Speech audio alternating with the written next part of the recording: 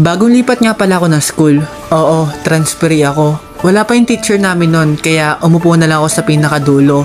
Halos wala naman nakaupo dun eh. Tapos may lumapit sa akin magandang babae. Sinabi niya na, Hi!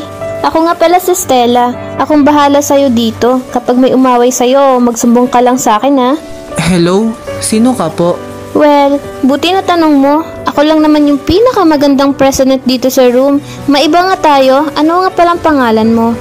Nahiya akong sabihin yung tunay kong pangalan, kaya sinabi ko na lang na Christian. Christian yung pangalan ko. So, bakit mo naman naisipan pumasok dito? Hindi ko alam sasabihin ko nun, kaya hindi na lang umimik hanggang sa pagkatapos ng klase namin bigla agad nagbell. Tapos biglang lapit na naman itong babaeng to, feeling close eh. Tara dali, isama ka sa akin. Ipapasyal kita dito sa campus. Pumayag na ako noon kasi gusto ko rin makita kung ano bang meron dito sa school na to. Tapos bigla niya akong dinala sa rooftop, and then may sinabi siya. Alam mo ba, dito ako unang sinaktan ng taong mahal ko.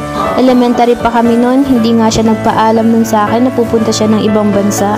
Nagulat ako sa sinabi niya dahil elementary rin ako umalis na ibang bansa. Ang kaso nga lang, ang pangalan ng taong yon ay si Ashley. Alam mo, unang pagkita ko pa lang sa'yo, naalala ko siya. Kahawig mo kasi siya. Wait lang Stella, sabihin mo nga, nagpalit ka ba ng pangalan?